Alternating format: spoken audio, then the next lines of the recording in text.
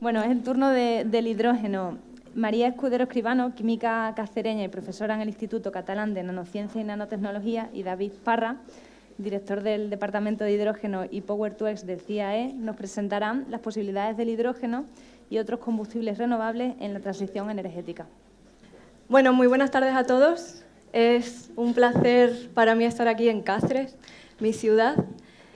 Soy María Escudero Escribano, soy profesora y CREA en el Instituto Catalán de Nanociencia y Nanotecnología en Barcelona. Y hoy me gustaría hablaros un poco de algo que me apasiona, que como es pues, convertir la electricidad proveniente de renovables en combustibles y moléculas de valor para nuestra sociedad. Para empezar, bueno, como he dicho, soy de Cáceres, así que me hace especial ilusión estar hoy aquí. Estudié Ingeniería Química en la Universidad de Extremadura, como algunos de la sala también, y después me mudé a Madrid a hacer el doctorado en Electroquímica, y cuando terminé el doctorado ya sí que me fui por un buen tiempo, primero a Copenhague a hacer un postdoc en la Universidad Técnica de Dinamarca y luego a la Universidad de Stanford, que está en la bahía de San Francisco. Y bueno, pues cuando terminé el postdoc en Stanford, volví a Copenhague, comencé a los 33 años mi grupo de investigación en la Universidad de Copenhague. En total estuve más de 10 años entre Copenhague y California y ya hace 3 años volví a España, a Barcelona en este caso, como profesora y CREA en el ICN2. Bien, y tengo la enorme suerte de dirigir este grupo de investigación de investigadores maravillosos, ahora mismo formado por 16 investigadores de 11 nacionalidades. Soy la única española de mi grupo en estos momentos, ha dado la casualidad de que ahora es así.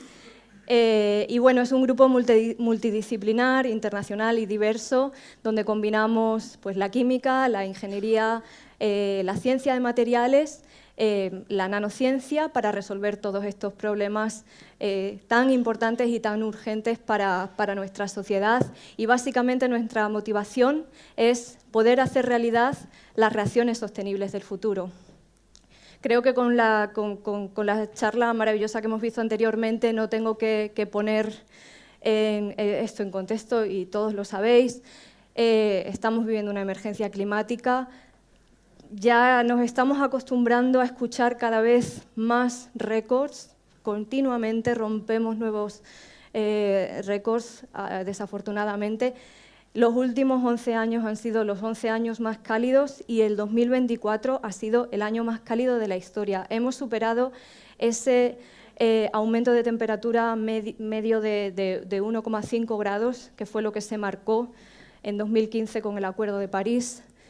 Y bueno, ya también estamos acostumbrados a ver cada vez más situaciones como los incendios de California a principios de año, las inundaciones en Valencia, las terribles inundaciones en Valencia el año pasado, y sabemos perfectamente a qué se debe y la relación entre las emisiones de gases de efecto invernadero y el aumento de la temperatura.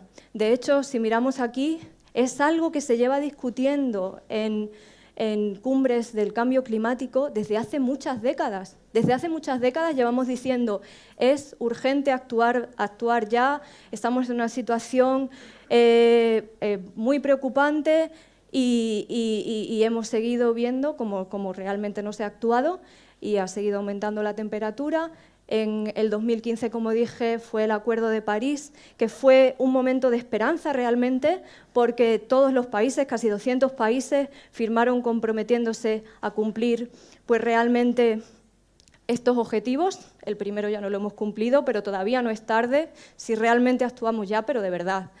Se dijo también que debíamos reducir las emisiones de gases de efecto invernadero un 40% para 2030, y siempre cuando escuchamos de gases de efecto invernadero, sobre todo oímos hablar de dióxido de carbono, pero tenemos que tener en cuenta todos esos gases de efecto invernadero, y tanto el dióxido de carbono como el metano aquí son muy importantes. Las emisiones de metano también han aumentado recientemente más que nunca, y el metano es un gas que es causante de alrededor del 30% del aumento de la temperatura y 2/3 de las emisiones anuales de metano, de hecho, provienen de actividades humanas. Entonces, es muy importante que tengamos maneras de convertir estos gases de efecto invernadero y bueno, pues idealmente podemos pensar en procesos que mediante la catálisis, que es de lo que voy a hablar en los próximos minutos, podamos convertirlo en productos útiles para nuestra sociedad, para nuestro día a día. Básicamente la pregunta es, ¿cómo podemos descarbonizar todos los sectores de nuestra sociedad? ¿Cómo podemos descarbonizar la industria, el transporte, la agricultura, la energía? ¿Cómo podemos hacerlo? Y, por supuesto, las renovables van a ser clave. Las renovables son muy importantes, esto está clarísimo. El crecimiento en energía solar en los últimos 15 años ha sido brutal. Ahora mismo es número 1, pasó de ser la última a ser la primera. Y por supuesto, la energía renovable va a ser clave, pero, como hemos visto anteriormente, necesitamos almacenar energía porque son fuentes intermitentes. La energía solar y la energía eólica no están ahí siempre y por eso es tan importante el almacenamiento. ¿Cómo podemos almacenar energía renovable? Pues hay muchas maneras. Tenemos las baterías, que vamos a escuchar en la siguiente charla, yo creo. Pedro nos va a hablar de ello. Y tenemos otras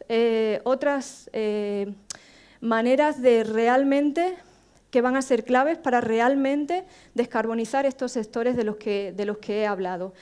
Y para ilustrarlo, quería pues simplemente mencionar esto, no sé si alguno lo escuchasteis, pero lo que todos sabéis es que hace unos meses en España, en todo el país, sufrimos un apagón durante muchas horas.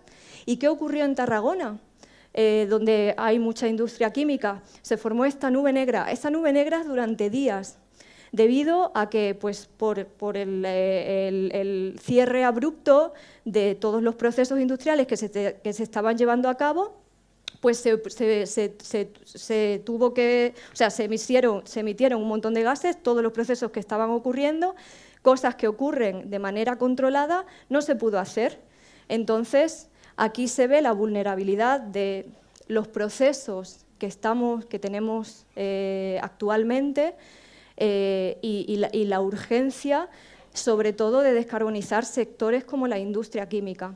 ¿Cómo podemos llevar a cabo esta descarbonización? Pues por procesos en los que podamos acoplar la electricidad proveniente de renovables a dispositivos de conversión de energía renovable. Almacenamos esta energía y además convertimos, por ejemplo, el agua, el dióxido de carbono o el metano en productos útiles para nuestra sociedad.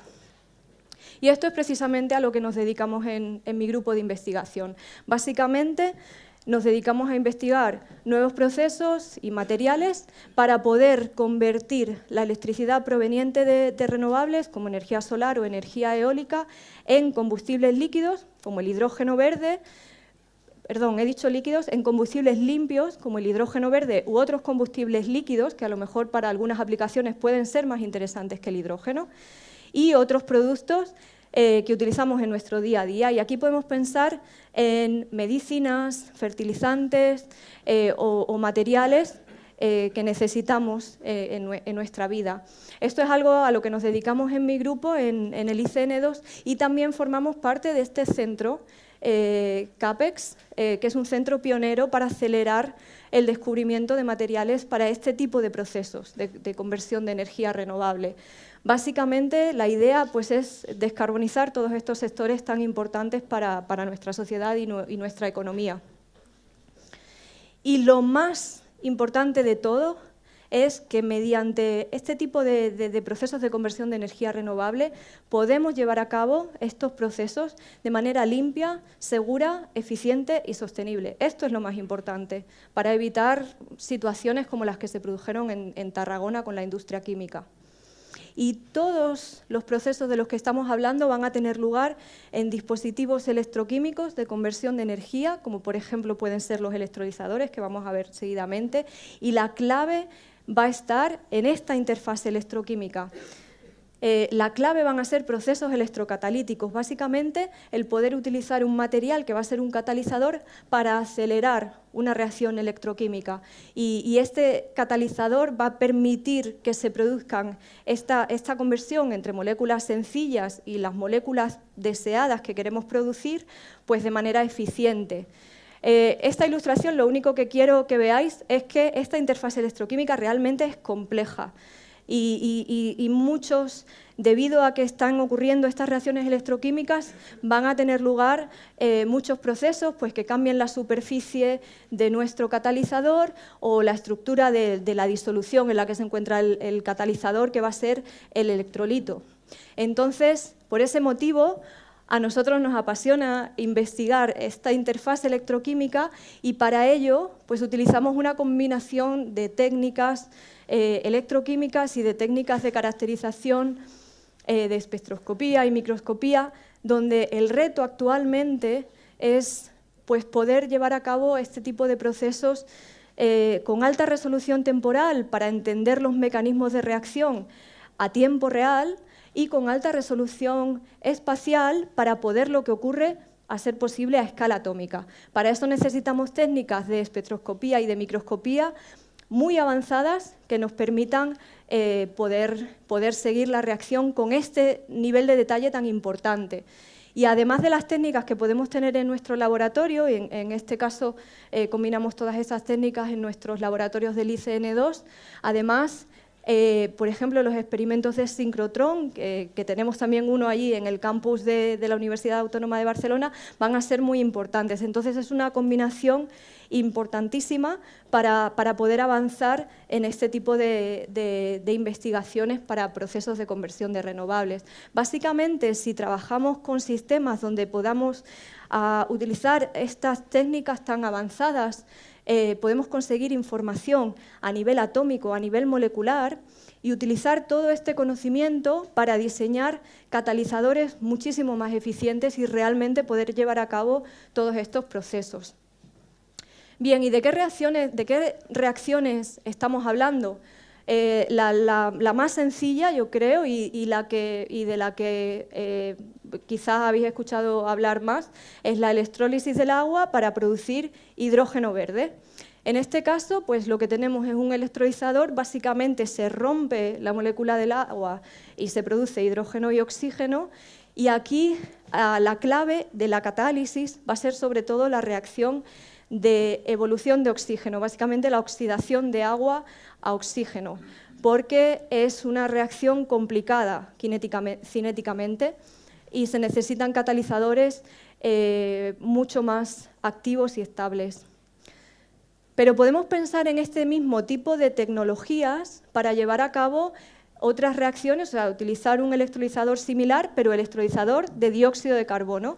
Y en este caso podemos producir un montón de combustibles o productos muy interesantes a partir de un gas de efecto invernadero como es el dióxido de carbono. El reto aquí mayor es la selectividad, porque, claro, imaginaos, si tenemos un electrolizador de dióxido de carbono, realmente queremos producir, por ejemplo, etileno, vamos a querer tener una conversión a etileno y no producir otros productos.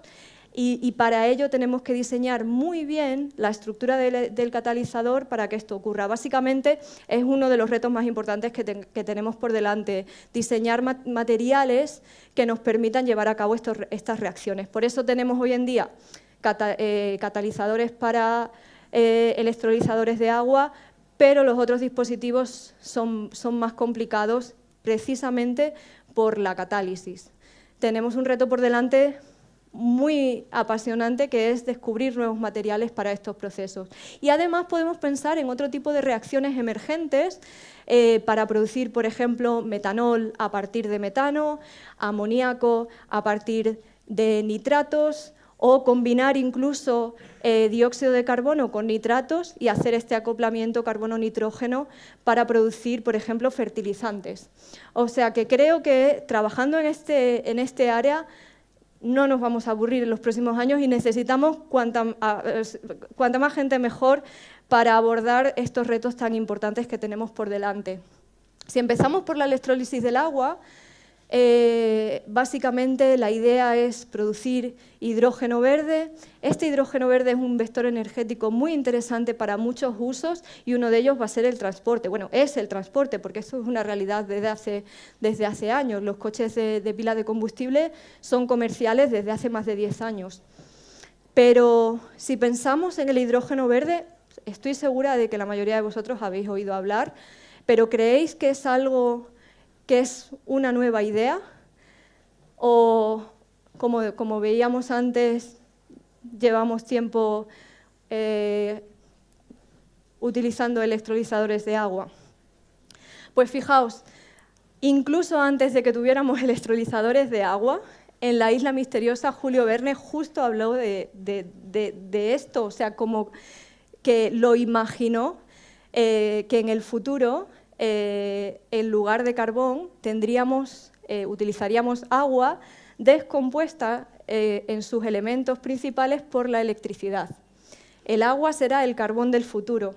Pues el agua hoy en día es muy importante para todo este tipo de procesos y ya no es el futuro, esto es el presente. Y podemos utilizar este hidrógeno generado a partir de la electrólisis del agua en pilas de combustible de hidrógeno. Como he dicho, eso es algo que vemos que es muy interesante en transporte, no solamente en vehículos, sino también para transporte pesado, trenes, autobuses. Los autobuses en Londres llevamos viéndolos muchísimos años. Y a mí la primera vez que me monté en un autobús en Londres de pila de combustible me emocionó muchísimo. No sé qué año fue, pero hace muchos años. Básicamente las pilas de combustible lo que hacen es convertir la energía química procedente del hidrógeno, en el caso de que sea una pila de combustible de hidrógeno, directamente en electricidad. Y aquí el mayor problema que tenemos es el cátodo, donde se produce la reacción de reducción de oxígeno. El oxígeno se reduce a agua y básicamente tiene una cinética muy lenta, es complicada y se necesitan catalizadores de platino. Entonces, aquí tenemos un material que realmente es escaso, es muy caro y tenemos un reto por delante de reducir la cantidad de platino de las pilas de combustible. ¿Cómo podemos hacer esto? Pues tratando de diseñar catalizadores donde hacemos, digamos, ingeniería de la estructura del sitio activo, y esto es algo que podemos hacer con aleaciones, por ejemplo, aleaciones de platino.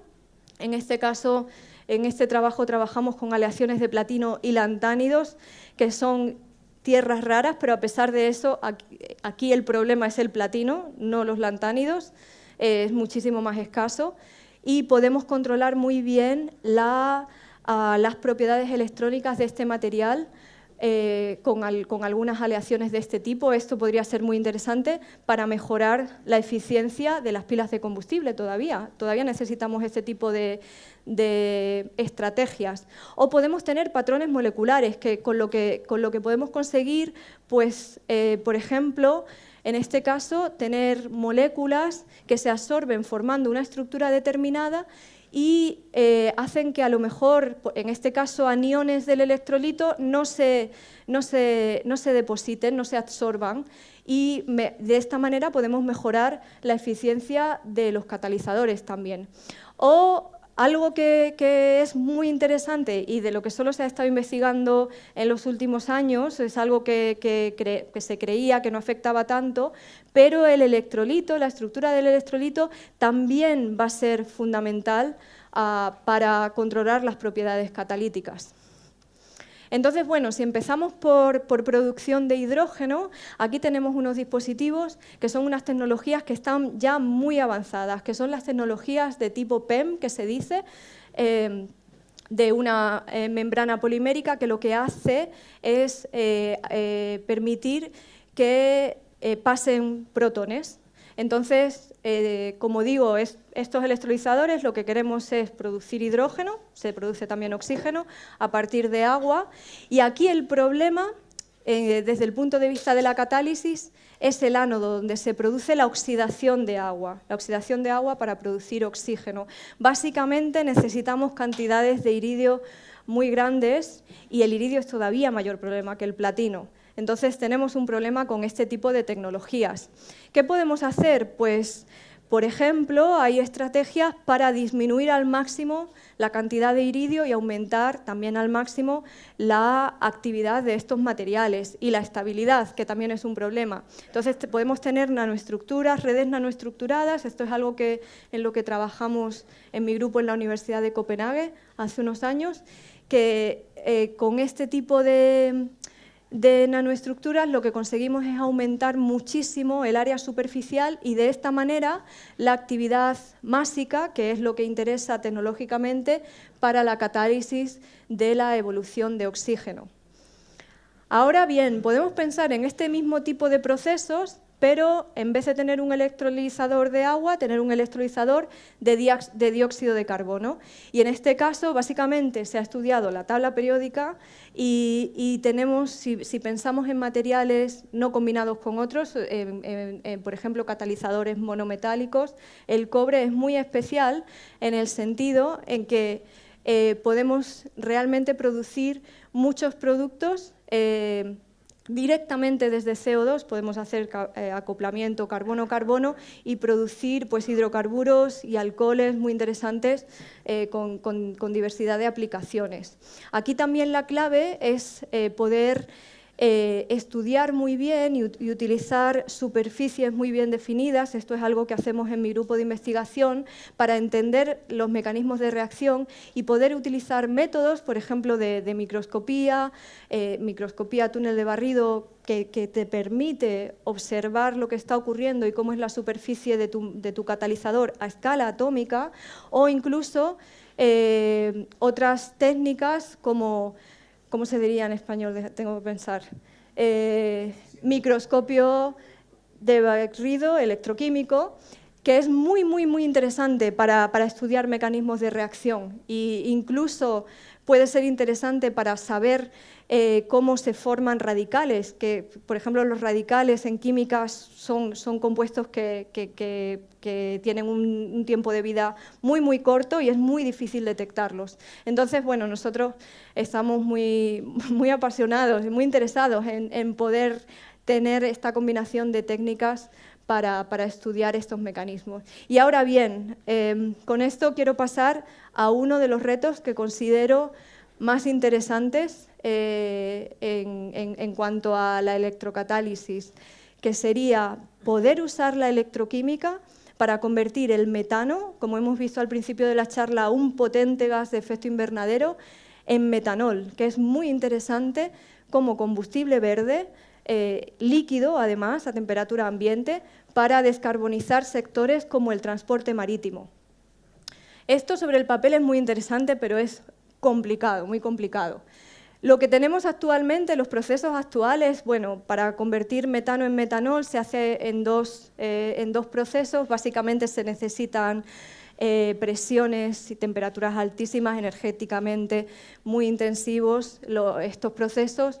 Entonces sería interesantísimo poder hacerlo a partir de la electroquímica. Esto lo han llamado, esta reacción, el santo grial de la química y de la catálisis por muchos años, porque realmente si esto se consigue sería una revolución grandísima. Entonces, aquí el reto sería poder hacerlo en el mismo tipo de dispositivos, poder hacerlo a temperatura ambiente, presión atmosférica, y claro, tenemos el reto de la oxidación total a dióxido de carbono, que es el proceso termodinámicamente más favorable, o como lo queremos hacer en disoluciones acuosas, pues vamos a tener moléculas de agua y aquí, claro, estamos compitiendo con la oxidación del agua, la evolución de oxígeno. Entonces, el desarrollar catalizadores que nos permitan realizar este proceso es realmente clave. Lo que queremos es poder hacerlo en la superficie del catalizador, obtener metano a partir de metanol y bueno, controlar muy bien todas estas propiedades, condiciones de reacción, porque básicamente estamos trabajando con reacciones que se dan en los mismos potenciales, que es con lo que trabajamos en reacciones electroquímicas, y es complicado, pero nuestra estrategia es poder desarrollar la estructura de los materiales catalizadores a escala atómica y también poder utilizar todas estas técnicas que nos permitan conocer los mecanismos de reacción a tiempo real, porque es algo que no se conoce.